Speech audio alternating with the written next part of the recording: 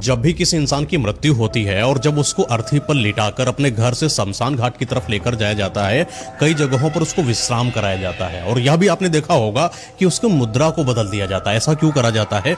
जब भी कोई इंसान खत्म होगा, उसके शव को जब अर्थी पर रखा जाता है तो एक नियम होता है कि उसके सर और पैरों को किस तरफ रखा जाए, किस मुद्रा में रखा जाए। सर पीछे की तरफ करा जाएगा, पैरों को आगे की तरफ करा जाएगा और जो उसका चेहरा है उसके घर को देखता देखता जाएगा। इसका मतलब ये होता है कि देखो, ये तुम्हारा परिवार था, ये तुम्हारे बच्चे थे, जिसके लिए तुम मर मिटे थे, ये सब यहीं पर रह गया है। थोड़े ही समय के बाद कंधे पर रखकर सारे लोग जब अर्थी को आगे लेकर जाते हैं, घर से थोड़ी दूर पर एक चौराहा आता है। चौराहे पर विश्राम कराया जाता है। विश्राम के वक्त ही अर्थी का जो मुद्रा होती है उसको बदल दिया जाता है और अब पैर आगे की तरफ होंगे शमशान की तरफ, और धड़ जो ये सर होता है वो पीछे की तरफ होता है और चेहरा शमशान को देखते देखते जाता है। इसका मतलब होता है कि अब आखिरी जो समय है कि बस तुम्हारा शमशान ही गंतव्य है।